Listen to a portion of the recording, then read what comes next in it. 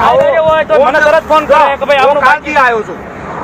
તમે ગયા વખતે ચાંગોદર હતી તેદી સાહેબ વાત થઈ ચાંગોદર અમારા નવાપુરાના પાટિયા હતા. મારી ગાડી પોલીસ વાળો ભાઈ કે હું બાર ગામ નો છું એટલે હું આ ગામ ખબર નથી આ ગામમાં હું હાલે હજી વ્યવહાર જોતો ખરો એમ કે કઈ રીતે વાત થઈ રહી છે આખી, હે ને?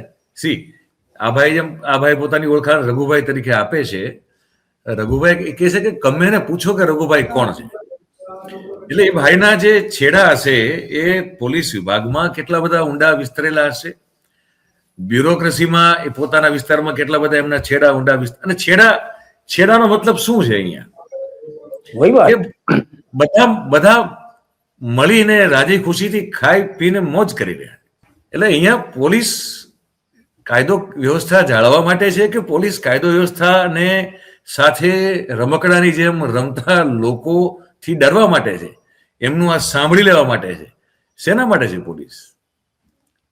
તમે સામાન્ય માણસને આપણે જોઈએ છીએ કે તમે જે રીતે તમે એને ધમકાવો છો, ખખડાવો છો, ડરાવો છો, માણસ બચારો ભૂલથી જો ક્યાંક નાના મોટા વાંકમાં આવી જાય તો તમે તો એની હાલત ખરાબ કરી નાખો છો. તો આ જે બધા છે, આ બધા જે મહાનુભાવો જે તમને રોડ ઉપર હાઈવે ઉપરનો સીન છે સમજતું,